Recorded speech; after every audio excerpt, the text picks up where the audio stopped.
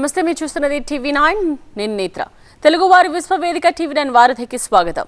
ఎన్నికల వేళ జనసేన పుంజుకుంటుందా, చతికిల పడుతుందా? నాయకులు పార్టీని వీడటానికి కారణాలేంటి? టికెట్ దక్కని నేతలు ఉక్కపోత గురవుతున్నారా?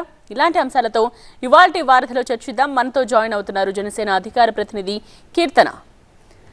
కీర్తనతో మాట్లాడాలనుకునేవారు ఎన్ఆర్ఐలు కాల్ చేయాల్సిన numbers 914023490015, 914023490016 and WhatsApp video call number 8006036036.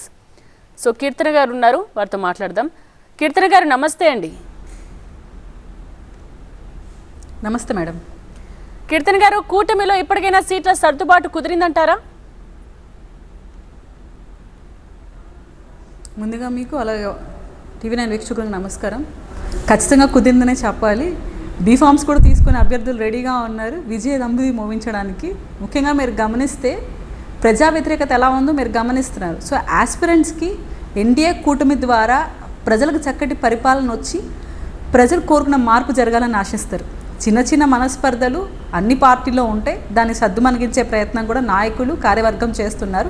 Already అవి సక్సెస్ఫుల్గా కంప్లీట్ అయ్యి ప్రచారంలో కూడా ముందే సాగిపోయి ఉన్నారు. ఒకరిద్దరు అసంతృప్తిలో ఉన్నంత మాత్రాన అదేమి ఇంపాక్ట్ చూపించదు. అయితే పార్టీ మారుతున్న వారి పరిస్థితి ఏంటండి? ఎన్నికల వేళ ఉత్సాహంగా కనిపించాల్సిన జనసేన క్యాడర్ లేకపోతే నేతలు పార్టీని విడుతూ ఉండడంతో డీలా పడినట్టుగా కనిపిస్తోంది. సో సిచ్యువేషన్ ఏంటి?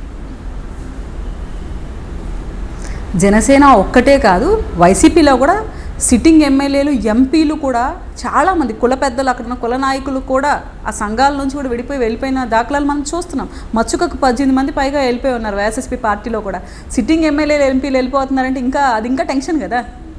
అట్లతో కంపేర్ చేస్తే మనం చాలా తక్కువ. ఒకరిద్దరు ఆశపడి ఉన్నారు.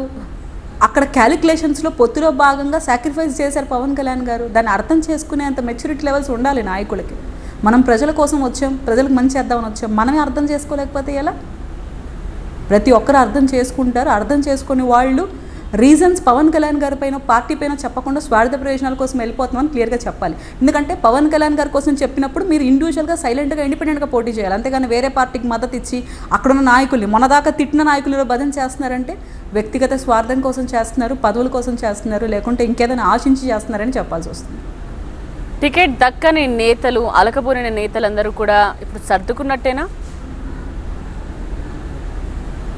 ఖచ్చితంగా. ఇప్పుడు తిరుపతి సీట్ కూడా కొంచెం అలక ఉండే, అందరినీ సర్దుమణిగించారు పవన్ కళ్యాణ్ గారు. అలాగే ప్రతి నియోజకవర్గంలో ఎవరైతే ఆస్పిరెంట్స్ మానసికంగా ఇబ్బంది పడ్డారో వాళ్ళందరినీ కూర్చోబెట్టి మాట్లాడి అన్నీ చెప్పిన తర్వాత కూడా అర్థం చేసుకోకుండా ఉండడం వాళ్ళ తప్పు అవుతుంది. పవన్ కళ్యాణ్ గారి తప్పు, లేకుంటే సిబిఎన్ గారి తప్పు, ఎన్డీఏ కూటమి తప్పు కాదు కదా.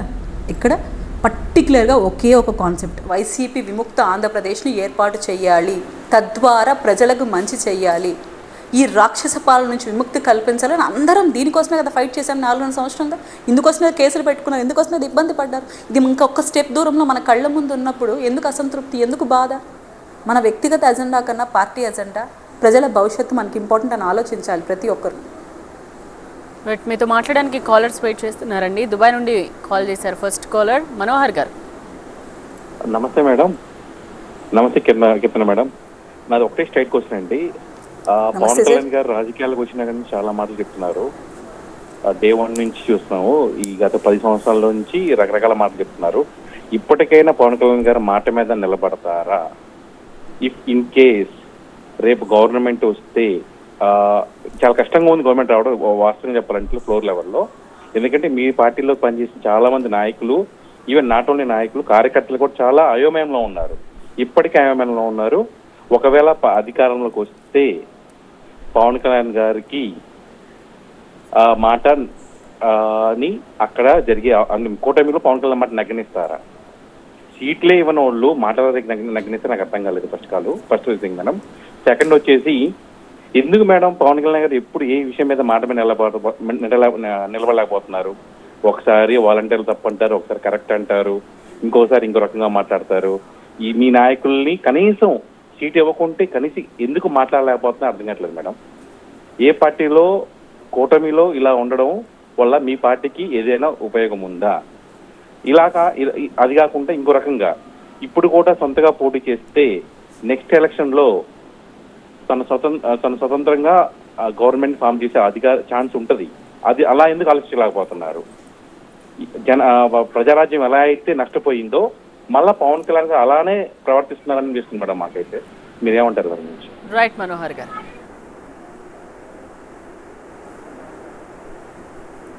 మనోహర్ గారు, thank you sir. First thing మీరు గమనించాల్సింది ఏంటంటే, అసలైన వ్యతిరేకత ఈ రోజుల్లో మీరు గమనిస్తే జగన్మోహన్ రెడ్డి గారికి వైసీపీ ప్రభుత్వానికి ఉందా, జనసేన ఎన్డీఏ కూటమికి ఉందా? My straight forward question to Manohar గారు ఫ్రమ్ దుబాయ్. ఐ థింక్ ఎవరికి ఉంది సార్ వ్యతిరేకత? సొంత చెల్లెళ్ళు ఈరోజు బయటకు వచ్చి మరి మా అన్నను నమ్మకండి, మాలాంటి ఆడబిడ్డలకు సొంత కుటుంబ సభ్యులకే ఆయన న్యాయం చేయలేకపోతున్నారు, రాష్ట్రంలో మహిళలకు న్యాయం చేస్తారని సొంత కుటుంబ సభ్యులు మాట్లాడుతున్నారంటే నిజంగా వ్యతిరేకత ఎవరికి ఉంది? ఎందుకు ఈరోజు జగన్మోహన్ రెడ్డి గారి గడప గడప కన్నా మీరే మా నమ్మకం అన్నా, బస్ యాత్రలు చేసినా, బీసీ యాత్రలు చేసినా ఏవి వర్కౌట్ అవ్వక ఈరోజు ఏసీ బస్ వేసుకొని తిరుగుతున్నారు? సిద్ధం సభల్లో మీరు చూస్తుంటే బలవంతంగా తీసుకొని వెళ్ళి కూర్చోబెడుతున్న వాళ్ళు తప్ప ఇంట్రెస్టెడ్గా వచ్చి కూర్చుంటున్న వాళ్ళు ఎవరున్నారు? నాకు తెలిసి గడప గడపకి ఎన్నో వీడియోలు మనం చూస్తున్నాం. ప్రత్యక్షంగా నాయకుల్ని స్ట్రైట్గా క్వశ్చన్ చేస్తున్నారు. ఎందుకు వస్తున్నారు మా నియోజకవర్గాలకు రాకండి, మాకు ఏం చేశారు మీరు? ఇటువంటిది కదా సార్ వ్యతిరేకత అంటే. ఇది కదా ఇబ్బంది అంటే. ఒక నాయకుడు 5 ఏళ్ల పరిపాలన చేసినప్పుడు ప్రజల్లోకి ఆయన వెళ్ళిపోలేకపోతున్నాడు, ప్రజల దగ్గర ఇబ్బంది పడుతూ ఒక బస్ యాత్ర చేస్తున్నాడు అంటే, ఇదే మీరు పాదయాత్ర టైంలో ప్రజల్లోకి వెళ్ళాడు కదా. ఈరోజు ఇంకొక అవకాశం కోసం ఎందుకు ప్రజల్లోకి వెళ్ళట్లేదు?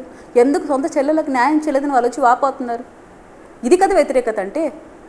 మరొక థింగ్ ఏంటంటే, మీరు చెప్తున్నది పార్టీ జనసేన పార్టీలో ఉన్న వాళ్ళు వ్యతిరేకిస్తున్నారంట, మళ్ళీ వైఎస్ఆర్సీపీ పార్టీలో ఉన్న వాళ్ళు పార్టీ సిట్టింగ్ ఎమ్మెల్యేలు ఎంపీలు వెళ్ళిపోతున్నారు, ముఖ్య నేతలు వెళ్ళిపోతున్నారు, సొంత చెల్లెలు వెళ్ళిపోయి బయటపెట్టి ఆయన గురించి దూషిస్తున్నారు. శ్రీదేవి గారు వాళ్ళ పార్టీలో ఉన్న ఆవిడ బయట వెళ్ళిపోయి ఈయన పెద్ద స్కాములు చేస్తున్నారు ఇళ్ళ విషయంలో అన్నారు. ఇదంతా నెగిటివిటీ కాదా? ఈరోజు అవినాష్ గారిని ఎంటేసుకొని వెళ్ళడం నెగిటివిటీ కాదా? రాయలసీమ ప్రాంతంలో రాయలసీమ హక్కుల కోసం పోరాడకుండా రాయలసీమ ద్రోహిగా నిలిచిపోవడం నెగిటివిటీ కాదా? ఇది కదా బిగ్గెస్ట్ ఇంపాక్ట్ చూపిస్తుంది ఎలక్షన్లో జగన్మోహన్ రెడ్డి గారికి. పవన్ కళ్యాణ్ గారు సింగిల్గా, మీరు అన్నట్టు ఖచ్చితంగా సింగిల్గా వెళ్ళాలని మేము అన్ని ప్రయత్నాలు చేస్తాం, కానీ ఎందుకు వెళ్ళలేకపోతాం అంటే, ఒక చిన్న రిస్క్ తీసుకున్నా మళ్ళీ కనుక జగన్మోహన్ రెడ్డి గారు అధికారంలోకి వస్తే దీనికి ఇంకెంత దారుణంగా ఉంటుందో మీరు ఒక్కసారి ఊహించాలి. ఎక్కడో మీరు దుబాయ్లో ఉన్నారు కాబట్టి ఇక్కడున్న వాళ్ళ కష్టాలు మీకు తెలియకపోవచ్చు, కానీ ఇక్కడున్న స్థానికంగా ఉన్న వాళ్ళని మీరు అడిగితే వాళ్ళు మీకు చెప్తారు ఇక్కడ ఎలాంటి పరిపాలన జరుగుతోంది. ఆ రిస్క్ పవన్ కళ్యాణ్ గారు తీసుకోదలుచుకోలేదు.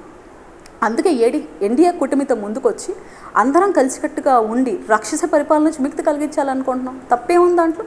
ఈసారి మా వాళ్ళు అసెంబ్లీలోకి అడుగు పెడతారు, ఎలా ఉంటుందో పరిపాలన మీకు చూపిస్తాం. సో పవన్ కళ్యాణ్ గారు మాట ఇచ్చారు, దాన్ని నిలబడ్డారు. ఇచ్చిన మాటలు నెరవేర్చకుండా బూటకపు హామీలు ఇచ్చి అధికారంలోకి వచ్చిన జగన్మోహన్ రెడ్డి గారు. మాట తప్పిన వ్యక్తి జగన్మోహన్ రెడ్డి, మడమ తిప్పిన వ్యక్తి జగన్మోహన్ రెడ్డి గారు, వైసీపీ ప్రభుత్వం. అది మీరు గుర్తుపెట్టుకోవాలి. థ్యాంక్ యూ మనోహర్ గారు. రైట్, కీర్తన గారు నెక్స్ట్ కాలర్ వెయిట్ చేస్తున్నారండి, మాట్లాడదాం. సురేన్ గారు. హాయ్ అండి, గుడ్ ఈవినింగ్ అండి కీర్తన్ గారు. అండ్ బేసికల్గా నాకు కపుల్ ఆఫ్ క్విక్ క్వశ్చన్స్ ఉన్నాయండి. హాయ్ అండి, చెప్పండి మీ question. Keerthan hi sir. Keerthan గారు, ఇప్పుడు మనకి చాలా అసమ్మతి ఉంది కదా, అసమ్మతిని దాన్ని సబ్సిడైజ్ చేసుకుని how we're going to transfer the votes అన్నది కొంచెం దట్స్ వెరీ క్రూషియల్ అండి. I've been attending a lot of Zoom calls from here, coordinating Yellore and Yellore constituency lo. So ప్రతిదీ చెప్పేది ఏంటంటే, ఇప్పుడు కొంతమంది they are just contesting as rebel candidates. So దాన్ని కొంచెం ఎందుకంటే వీఆర్ ఆల్ వర్కింగ్ టుగెదర్ అండి here to get rid of రాక్షస్ పాలన. That's what we think in NRIs. అంటే నాకు ఇక్కడ నేను ఆమె సిటిజన్ ఆఫ్ యుఎస్ అండి, బట్ అగైన్ కొంచెం నాకు మట్టుకు నా పిల్లల మట్టుకు ఎలా ఉంటుందో తెలియదు కానీ, బట్ అగైన్ నాకు వరకు అయితే నేను లాస్ట్ 2 times వచ్చినప్పుడు the way everybody was suffering was really heartening అండి. అంటే there no development at all as everybody knows. So దాన్ని మీరు కొంచెం క్షేత్రస్థాయి లెవెల్లో దాన్ని ఎలాగా కొంచెం కాంప్రమైజ్ చేసి చేస్తారన్నది ఇట్స్ వెరీ క్రూషియల్ అండి. And also going anybody who can YSRCP నుంచి కానీ వాళ్ళని కొంచెం ఎంతవరకు దాన్ని స్విచ్ ఓవర్ చేయకుండా కూడా ఎటువంటి ప్రయత్నం జరుగుతుంది అన్నది నా 2 క్వశ్చన్స్ అండి. ఓకే అండి, thank you sir, thank you so much. మీరు చెప్పిన మాట నేను ఖచ్చితంగా మీకు ఆన్సర్ చేస్తాను సార్. ఓట్ ట్రాన్స్ఫర్ మెయిన్గా మనం ఆలోచించాల్సింది ఏంటంటే మాకు పెద్ద హెల్ప్ చేసింది ఈరోజు వైసీపీ ప్రభుత్వమే సార్. ఎందుకంటే వీళ్ళు కనుక కొంచెం మంచి పరిపాలన అందించింటే ప్రజల్లో ఇంత వ్యతిరేకత ఉండేది కాదు, మాకు కూడా అది బిగ్గెస్ట్ హెల్ప్ అయ్యేది కాదు. అంటే చాలా చక్కగా పరిపాలించారు కదమ్మా, మేము ఎందుకు మీకు ఓటేయాలనే క్వశ్చన్ వచ్చేది. కానీ ఈ వర్గం ఆ వర్గం కాకుండా అందరినీ సర్వనాశనం చేసిన ప్రభుత్వం ఏదైనా ఉంది అంటే అది వైఎస్ఆర్సీపీ పార్టీ. అది మనం అందరం యాక్సెప్ట్ చేయాలి.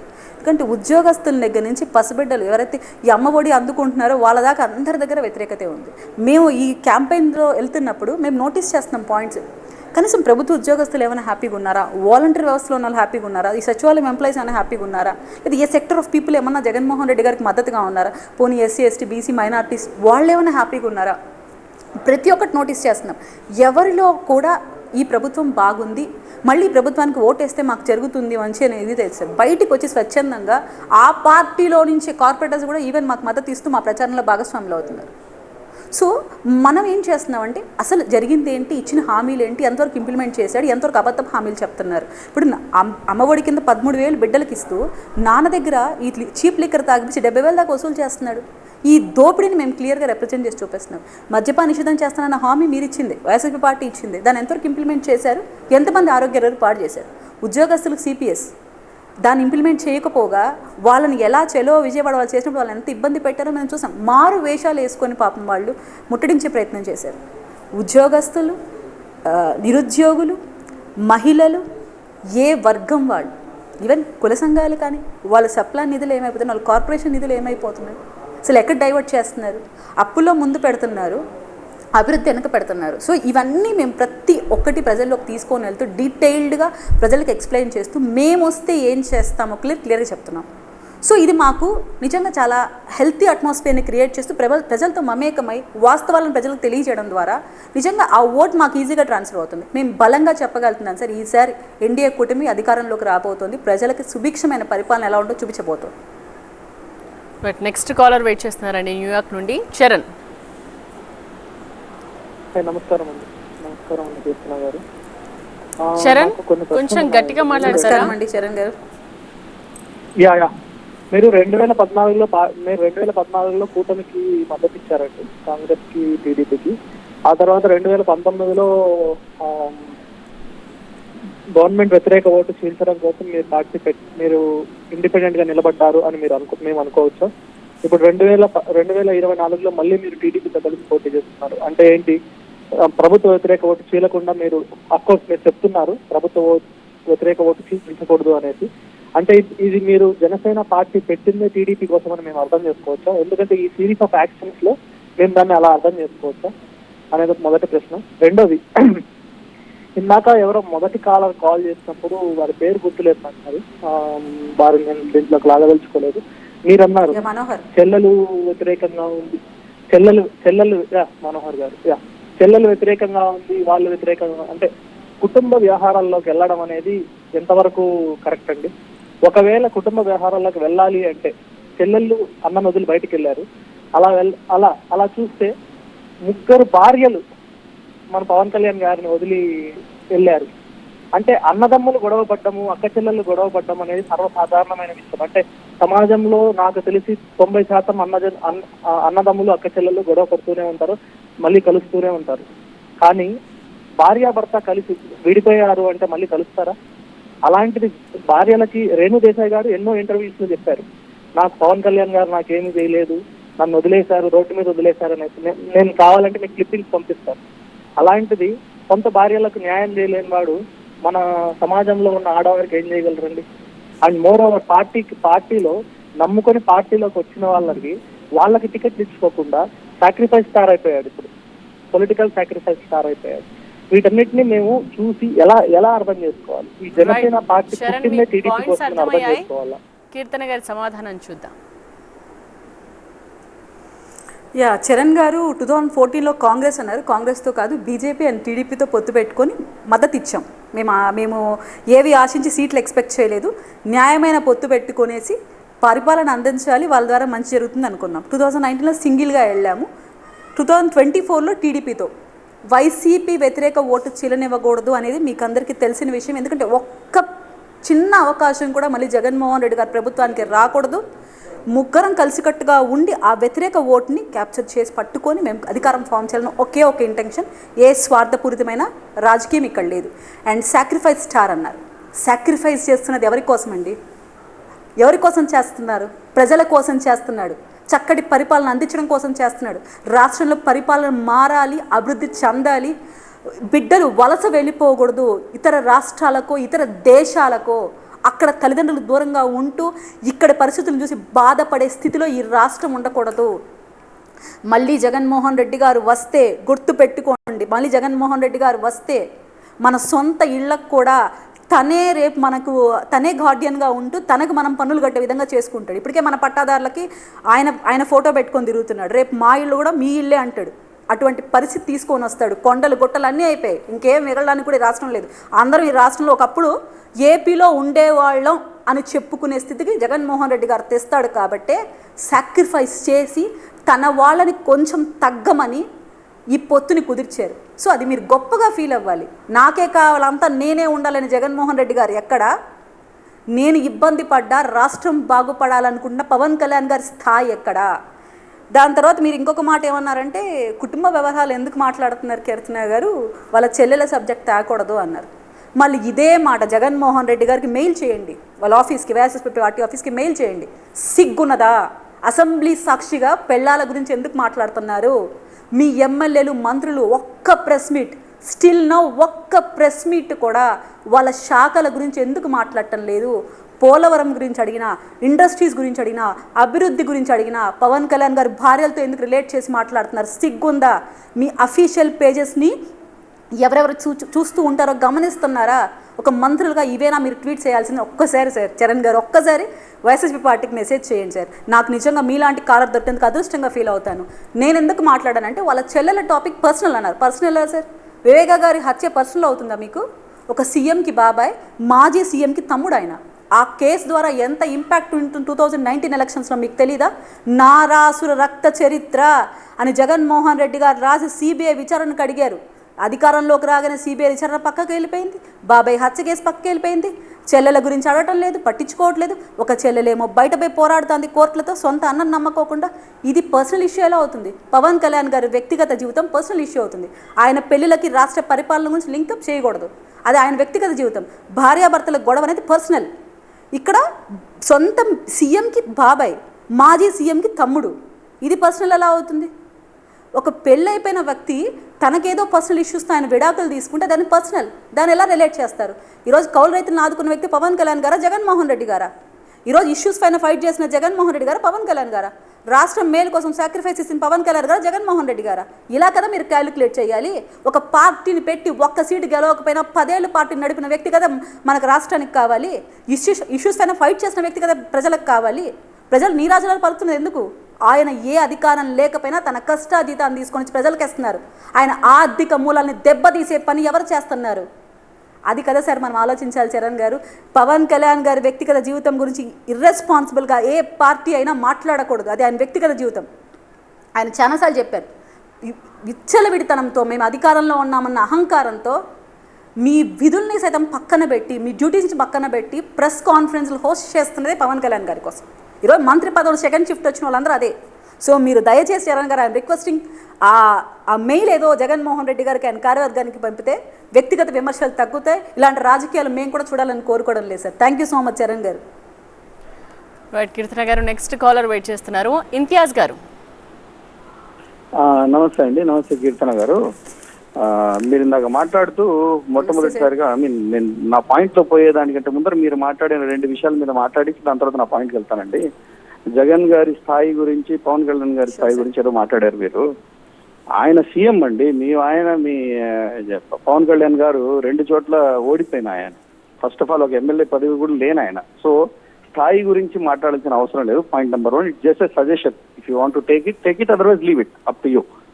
ఎందుకంటే జగన్మోహన్ రెడ్డి గారికి ఉండే ఆదరణ ఈరోజు కొత్తగా మీరు చెప్పేది ఏమి లేదు. చాలా మంది కాలర్స్ వెయిట్ చేస్తున్నారు. ఇంతియాజ్ గారు, నెక్స్ట్ పాయింట్.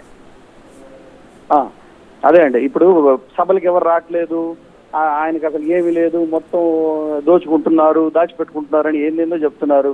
అసలు మీ కూటమిలో ఉండే అతిపెద్ద స్కామిస్ట్ పార్టీయే బీజేపీ పార్టీ. ఎలక్ట్రల్ బాండ్స్ లో కానీ ఏదైనా అన్నిట్లో ఉండే స్కామ్స్ అంతా బీజేపీనే. మోడీ హటావ్ దేశ్ బచావ్ అనే దాన్ని ఆ నినాదం జరుగుతున్న దాంట్లో మీరు వచ్చి ఈరోజు కొత్తగా జగన్మోహన్ రెడ్డి గురించి మాట్లాడడం ఏంటండి? జగన్మోహన్ రెడ్డి గారు చేసిన సంక్షేమ పథకాలు మీరు మళ్ళీ చెప్పొచ్చు మా డబ్బులు మాకు ఇచ్చారని. మా డబ్బులు మాకు జగన్మోహన్ రెడ్డి గారు తప్ప వేరే ఎవరు ఇవ్వలేదండి. మీ మోడీ గారు ఇవ్వలేదు, ఆ చంద్రబాబు నాయుడు గారు ఇవ్వలేదు. పేదలకి ఈ రోజు ఆదుకున్న ఏకైక ప్రభుత్వం జగన్మోహన్ రెడ్డి గారి ప్రభుత్వం. ఆయన నాయకత్వంలో అందరం బాగున్నాం. First point. మీరు నాకు చెప్పొచ్చు మీరు దుబాయ్లో ఉన్నారని. నేను ప్రతి నెల ఇండియాకి వచ్చి పోతుంటాను. సో నాకు గ్రౌండ్ లెవెల్ వర్క్ తెలుసు, ఆ డే ఉందనేది తెలుసుకునే మాట్లాడుతున్నాను. ఇంతియాజ్ గారు అంతేనా? అదే అడుగుతున్నానండి. ఎందుకు ఆయన అంట ఊగిపోతాడు? ఫస్ట్ నిలబడి ఆయన ఏం చేస్తాడు అనేది ఖచ్చితంగా చెప్పమని చెప్పండి. ఊరినే పార్టీ పెట్టేసి నేను జగన్మోహన్ రెడ్డిని దించడానికి వచ్చానని చెప్పడం కాదండి. జగన్మోహన్ రెడ్డి లాగా నిఖార్స్ అయిన మనిషిగా నిలబడి అన్ని 170 స్థానాల్లో నిలబడి పోటీ చేయమని చెప్పండి. పార్టీ పెట్టి ముంచేసిన చరిత్ర మీ మెగా ఫ్యామిలీలో ఉంది. వాళ్ళ అన్న ఈయన కూడా అంతే కదా. సమాధానం విందాం. వైసీపీ కరుడుగట్టిన అభిమాని గారికి థ్యాంక్ యూ సార్ కాల్ మాట్లాడినందుకు. ముఖ్యంగా సీఎం జగన్ గారికి పవన్ కళ్యాణ్ గారితో కంపారిజన్ ఏంటి?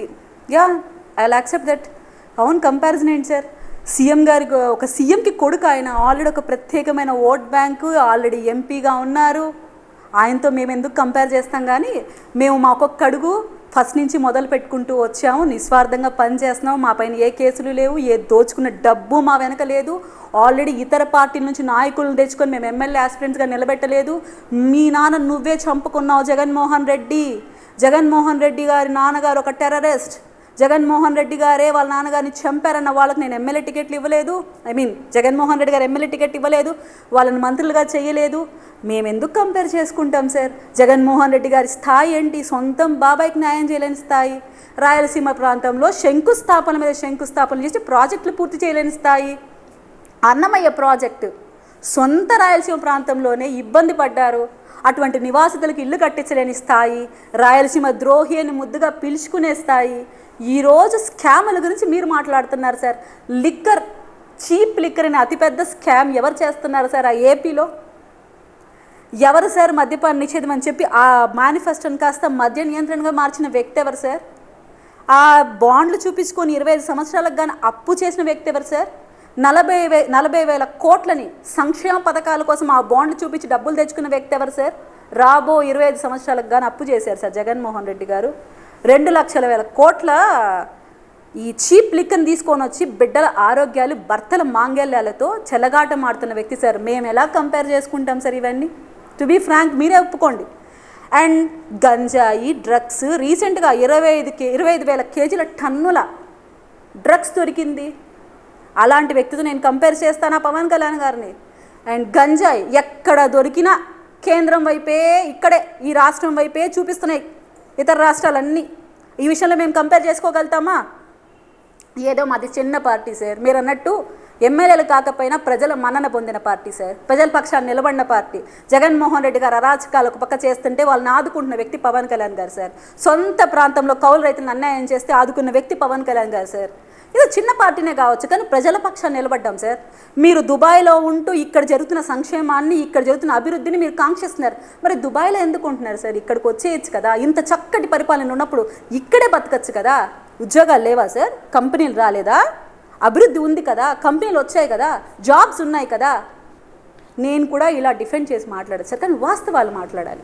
సంక్షేమం ఇస్తున్నారన్న నెపంతో పన్నుల భారం ఎంత పడుతుంది సార్? రిజిస్ట్రేషన్ ఛార్జీలు ఎంత పడుతున్నాయి? చెత్త పన్ను ఏంటి? ఇంటి పని, నిత్య సరుకులు వస్తులేని పెట్రోల్, డీజిల్ ఏంటి? అసలు ఎన్నిసార్లు సార్ బాధుడే బాధుడు? ఎన్ని బాధుడు బాధాడు మా పైన? ఇవన్నీ మనం కూడా గుర్తు చేసుకోవాలి. పవన్ కళ్యాణ్ గారి ఆవేశం అని మాట్లాడారు. ఆవేదన సార్. మీ కళ్ళ ముందర ఒక 15 ఏళ్ల బిడ్డ వాళ్ళ అక్కని ఏడిపిస్తుంటే, వాళ్ళ అక్కని ఏడిపిస్తున్న అడ్డుపడిన వ్యక్తిని బతికుండగా పెట్రోల్ పోసి కాలిస్తే మన ఆవేదన ఎలా ఉంటుంది సార్? మన ఆక్రందన ఎలా ఉంటుంది సార్? బిడ్డకి కిడ్నీ పాడై హాస్పిటల్లో చనిపోతే అంబులెన్స్ దందాకి బలి కాలేక ఆ బిడ్డని భుజం మీద వేసుకొని పోతున్న తల్లిదండ్రుల ఆవేదన చూశాడు సార్. బాధ కదా, బాధ కదా. సగటు మనిషి బాధ, ఆవేదన అది. దాన్ని అలాగే రిప్రజెంట్ చేస్తారు సార్. సగటు మనిషి ఆవేదన గమనించిన వ్యక్తి పవన్ కళ్యాణ్ గారు. సో నేను కంపేర్ చేయను సార్ జగన్మోహన్ రెడ్డి గారితో, పవన్ కళ్యాణ్ గారితో. All right. కీర్తన గారు, ఎంతసేపు వ్యతిరేకత గురించే మీరు మాట్లాడుతున్నారు. వైసీపీ వ్యతిరేకత ఉంది కాబట్టి మాకు అది హెల్ప్ అవుతుంది, ప్లస్ అవుతుంది అంటున్నారు. కానీ అసలు ఎలాంటి ఫ్యాక్టర్స్ జనసేన అభ్యర్థులను గెలిపిస్తాయని అనుకుంటున్నారు? మీ సైడ్ నుంచి మీరు ఏం చెప్తున్నారు? మా సైడ్ నుంచి అయితే ఈ 5 years మేము ప్రజల పక్షాన పోరాడిన తీరైతే ప్రజలకు గుర్తుకుంది. అది 100% ఎవ్రీవన్ హ్యాస్ యాక్సెప్ట్ దట్. ఎందుకంటే ప్రజలు ఎక్కడైనా ఇబ్బందిగా ఉన్నారంటే జనసేన నాయకులు మొదట ఉన్నారు. ప్రతిపక్ష నేత ఎవరంటే పవన్ కళ్యాణ్ గారే అన్నట్టు వైసీపీ కూడా ఎలా టార్గెట్ చేస్తూ ఎలా పనులు చేశారో మీకు తెలుసు. పవన్ కళ్యాణ్ గారు బయటకు వస్తానంటే జీవోలు పాస్ చేశారు. పవన్ కళ్యాణ్ గారు జనవాణి కార్యక్రమం చేస్తానంటే అరెస్ట్ చేశారు. పవన్ కళ్యాణ్ గారు డిజిటల్ క్యాంపెయినింగ్ ద్వారా రోడ్ల ఇష్యూ టేక్ ఓవర్ చేసి దాని మీద ఎంత రాద్ధాంతం చేశారో మీ అందరికీ తెలుసు. అలాగే కౌలు రైతులను ఆదుకున్న వ్యక్తి పవన్ కళ్యాణ్ గారు, ప్రజల పక్షాన్ని నిలబడిన వ్యక్తి పవన్ కళ్యాణ్ గారు, వాలంటీర్ వ్యవస్థలో తప్పులు జరుగుతున్నాయని ఎత్తి చూపించిన వ్యక్తి పవన్ కళ్యాణ్ గారు. ఈరోజు ప్రజలకి ఏదైనా ఒక దారి ఉంది, ఆధారం ఉందంటే అది పవన్ కళ్యాణ్ గారే అని ప్రూవ్ చేసుకున్నారు ఆయన. జగన్మోహన్ రెడ్డి గారి క్యాడర్ మొత్తం పవన్ కళ్యాణ్ గారి విషయంలో వ్యక్తిగతంగా టార్గెట్ చేయడం కోసం ఇంపార్టెన్స్ ఇచ్చింది. ఈవెన్ మీరు గమనిస్తే నేను ఈ సంస్కృతిని ఈ అధికారంలోకి వచ్చిన ఈ 5 yearsలో వైసీపీ ప్రభుత్వం నుంచి చూసింది ఏంటంటే ఏ నాయకులు అదే కులపు నాయకులు తిట్టించడం, అదే ప్రెస్ మీట్లో పట్టించడం మనం గమనించాం. ఇది నిజంగా ఎప్పుడు మనం ఇలాంటి సంస్కృతి చూడలేదు. సో ఇవన్నీ ప్రజలు గమనించి ఉన్నారు కదా. అండ్ ఎంత మానసికంగా పవన్ కళ్యాణ్ గారు ఇబ్బంది పెట్టారో ప్రతి ఒక్కరు మాట్లాడుతున్నారు. మేము క్యాంపెయిన్కి వెళ్ళినప్పుడు అవతాతలు మాకు అదే చెప్తున్నారు. ఏంటమ్మా పవన్ కళ్యాణ్ గారిని పొద్దుగులు వ్యక్తిగతంగా మాట్లాడుతున్నారు, ఆయన విధానపరంగా అడుగుతున్నప్పుడు విధానపరంగా ఆన్సర్ చేయొచ్చు కదా, ఒక ప్రెస్ నోట్ ఇవ్వచ్చు కదా, ఒక శ్వేతపత్రం రిలీజ్ చేయొచ్చు కదా. ఎందుకు ఈ సబ్జెక్ట్ మీద మాట్లాడకుండా పబ్లిక్ మీటింగ్ రిప్లేస్ చేసినా అదే, ప్రెస్ మీట్లు పెట్టినా అదే, మేము చేసింది ఏంటి అని చెప్పుకోవడానికి ఎందుకు ముందుకు రావట్లేదు? పవన్ కళ్యాణ్ గారు స్ట్రైట్ ఫార్వర్డ్గా ఇప్పుడు నేను ఓపెన్ ఛాలెంజ్ చేస్తున్నాను. వైఎస్ఆర్సీపీ పార్టీ నుంచి జగన్మోహన్ రెడ్డి గారిని, జనసేన నుంచి పవన్ కళ్యాణ్ గారు కూర్చుంటారు, ఒక డిబేట్ కండక్ట్ చేద్దాం. అప్పుడు అర్థమైపోతుంది కదా. ప్రజలైతే వాస్తవ రూపంలో జరుగుతున్న అన్యాయాల అక్రమాల వల్ల ఇబ్బంది పడున్నారు. స్వతహాగా ప్రతి ఒక్క ఇంటికి ఏదో ఒక విధంగా ఇబ్బంది అయితే కలిగి ఉన్నారు. సో ఆ టైంలో అండగా నిలబడిన వ్యక్తి పవన్ కళ్యాణ్ గారు. ఆయన వైపుకే అందరూ మద్దతు ఉంది. ఈ ఎన్డీఏ కూటమి బలంగా విజయకేతనం ఎగరవేయబోతోంది. కీర్తన గారు, ప్రచారం విషయానికి వద్దాం. ప్రచారంలో సీఎం జగన్ దూకుడు ప్రదర్శిస్తున్నారు. సో వైసీపీ సభలకు జనం తండోపతండాలుగా వస్తున్నారు. ఓటర్ని ఆకర్షించేందుకు మీరు ఎంచుకున్న ఫార్ములా ఏంటి?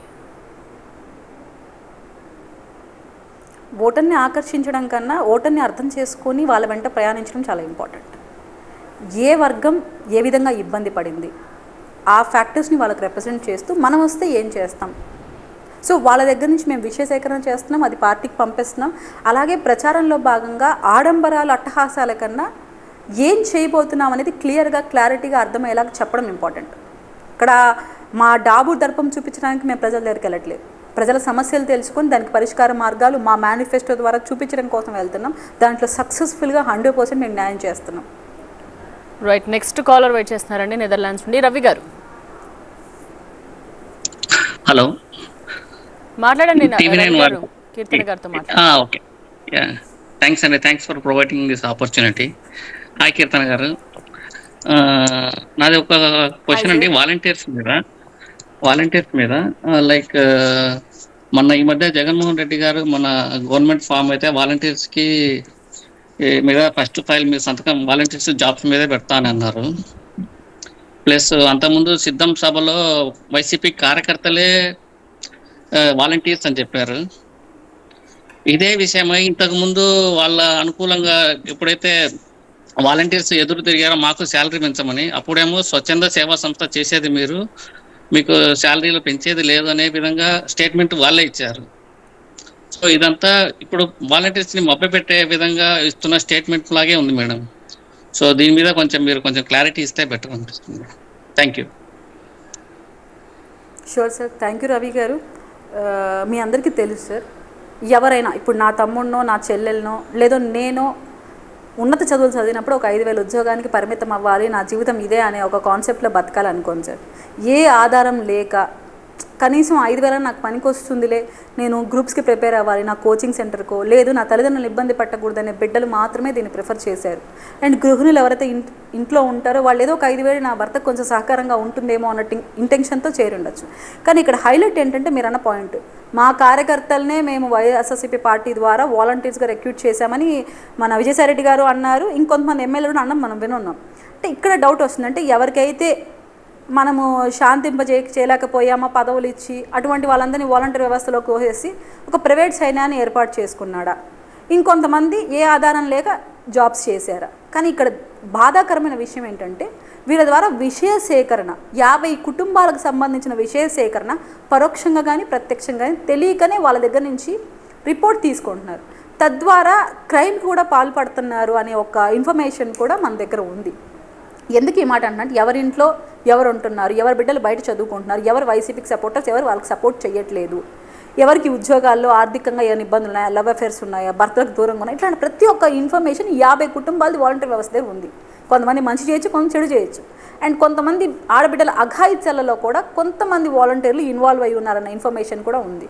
సో దీనివల్ల మంచి ఉంది, చెడు ఉంది. కాబట్టి మన ప్రభుత్వం అధికారంలోకి రాగానే వీళ్ళల్లో ఎవరైతే ప్రభుత్వానికి మంచి చేయాలన్న ఇంటెన్షన్తో ఉంటూ మంచిగా ఉన్నారో మనకు డేటా ఉంటుంది. కాబట్టి తద్వారా మనం కూడా మంచి చేసే కార్యక్రమం చేస్తాం. కానీ నా వరకు అయితే ఈ 5,000 ఉద్యోగాలకైతే ఎవరు ఇష్టపడి పనిచేయరు. అండ్ వాలంటీర్ వ్యవస్థ మీరు అన్నట్టు రైట్ పాయింట్. అది వాళ్ళు హ్యాపీగా ఉన్నప్పుడేమో మీరు అది చేశారు, ఇచ్చేసారు, మిమ్మల్ని ఇంకా ఉన్నతంగా మేము చూడాలి, మీకు ప్రోత్సాహాల కింద ఏదో వజ్రరత్న ఏదేదో కొన్ని 3 రకాలు పెట్టి వాళ్ళకి మొన్న ఏమంటారు ప్రోత్సాహాలు కూడా ఇచ్చి ఉన్నారు.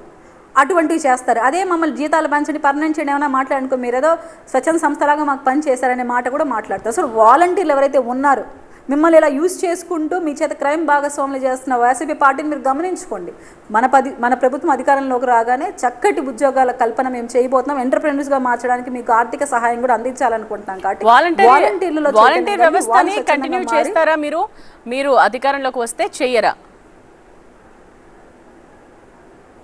మేడం అది కూడా చెప్తున్నాం. కంటిన్యూ చేయమని చెప్పట్లేదు, కంటిన్యూ చేస్తా అని చెప్పట్లేదు.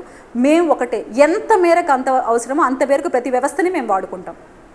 అది మాత్రం కన్ఫర్మ్గా గ్యారంటీ ఇస్తాను. అండ్ మా హామీల్లో మన 10,000 జీతం కూడా చేస్తానన్న మాట కూడా చేయబోయే. ముందు నుండి వాలంటీర్ వ్యవస్థను వ్యతిరేకించి ఇప్పుడు అంటే వాళ్ళందరూ కూడా రాజీనామాలు చేసుకుంటూ ఇప్పుడు కొంచెం నెగిటివిటీ వచ్చిన తర్వాత చంద్రబాబు మళ్ళీ 10,000 చేస్తాము అని చెప్పడాన్ని ప్రజలు ఎలా అర్థం చేసుకోవాలంటారు? వాలంటీర్ వ్యవస్థ మీద నెగిటివిటీ లేదు. దాంట్లో కొంతమంది చేసిన కార్యక్రమాలు మనం వరుసపెట్టి పేపర్ ఆర్టికల్స్ చదువుతుంటే పలానా అమ్మాయి మిస్ అయిందంటే వాలంటీర్ వల్ల, పలానా అమ్మాయి అధికారులకు గురైంది వాలంటీర్, పలానా అమ్మాయి ముసలావిడ ఇంట్లో ఉంటే ఆమె చేయింది దొంగలేంచారు. ఇట్లా పేపర్ ఆర్టికల్స్ చూసినప్పుడు ఈ వ్యవస్థలో కొంతమంది తప్పులు చేస్తున్నారని మనకి చూపించాను తప్ప ఆ వ్యవస్థ మొత్తం తప్పు, ఆ వ్యవస్థలో ఉన్న మనుషులు తప్పు అన్నట్టు మనం మాట్లాడలేదు. వ్యవస్థలో లోపాలు ఉన్నాయి, దాన్ని సరిచేసే ప్రయత్నం అధికార పార్టీ చేయట్లేదని మా వాదన. అలాగే 5 ఏళ్ల సంక్షేమాన్ని చూసి ఓటేయండి అని సీఎం జగన్ పదే చెప్తున్నారు. మరి ఓటర్కు మీరేం చెప్తున్నారు? సంక్షేమం చేశానన్న ముసుగులో అప్పులమయం చేశాడన్న విషయం కూడా ప్రజలు గమనిస్తున్నారు కదా. ఇప్పుడు మీరు సంక్షేమం చేసి నా ఇంటికి ఒక 10,000 వస్తే ఆ 10,000 నేను ఒక ఏదైనా నా ఇంటికి ఒక బెనిఫిట్ అవ్వాలి. సో నేనే నీకు తిరిగి 1,00,000 రూపాయలు కట్టేలాగా పరిస్థితి అయిపోతుంది. ఆ 10,000 ఎక్కడొచ్చిందో ఎక్కడ పోతుందో కూడా అర్థం కావట్లేదు కదా. ఇప్పుడు ఆటో వ్యక్తులకు మీరు 10,000 ఇచ్చారనుకుందాం, రోడ్లు బాగాలేక ఆటోలు పంచర్లు ఆటోలు స్పాయిల్ అయిపోయేసి వాటి ఖర్చులకు ఇంకా ఎక్కువ కడుతున్నాము. ఇప్పుడు సామాన్య మహిళగా నా ఇంటికి ఒక 10,000 వచ్చింది అనుకుందాం, నా నిత్యావసర వస్తువుల రేట్లు, నా ఇంటికి చెత్త పన్ను, డీజిల్ పెరిగిన చెత్త పన్ను, సరుకులు, నిత్యావసర వస్తువులు అన్నీ పెరిగాయి. సో నాకు ఆ 10,000 మిగిలింది అనేది నాకు తెలియాలి కదా. అలా తెలియకుండా సంక్షేమం ఇచ్చామంటే ఏం ప్రయోజనం? పరోక్షంగా ఈ బాధలంతా మా నెత్తిన వేసి ఆ 10,000 నువ్వు ఇచ్చినా కూడా అది కనపడటం లేదు. సామాన్యుడే కదా నేను వ్యతిరేకిస్తున్నది. అలాగే నాదెండ్ల మనోహర్తో జనసేన నాశనం అవుతోందని మీ పార్టీ మాజీ నేత డిఎంఆర్ శేఖర్ లాంటి వాళ్ళు ఆరోపిస్తున్నారు. సో ఇందులో వాస్తవం ఎంత? నా వరకు అయితే నేను చూసిన తర్వాత, నేను ఒక 5 years నుంచి ట్రావెల్ చేస్తున్నాను. చాలా క్రమశిక్షణగా, అంటే మేము కళ్యాణ్ గారిని కలవడానికి అవకాశం లేని టైంలో కూడా మాకు ఈజీ యాక్సెస్ ఉండి మాతో డీటెయిల్డ్గా మాట్లాడగలిగేంత ఓపిక ఉన్న వ్యక్తి నాదెండ్ల మనోహర్ గారు. టు బీ ఫ్రాంక్, అది ప్రతి ఒక్కరూ ఒప్పుకోవాలి.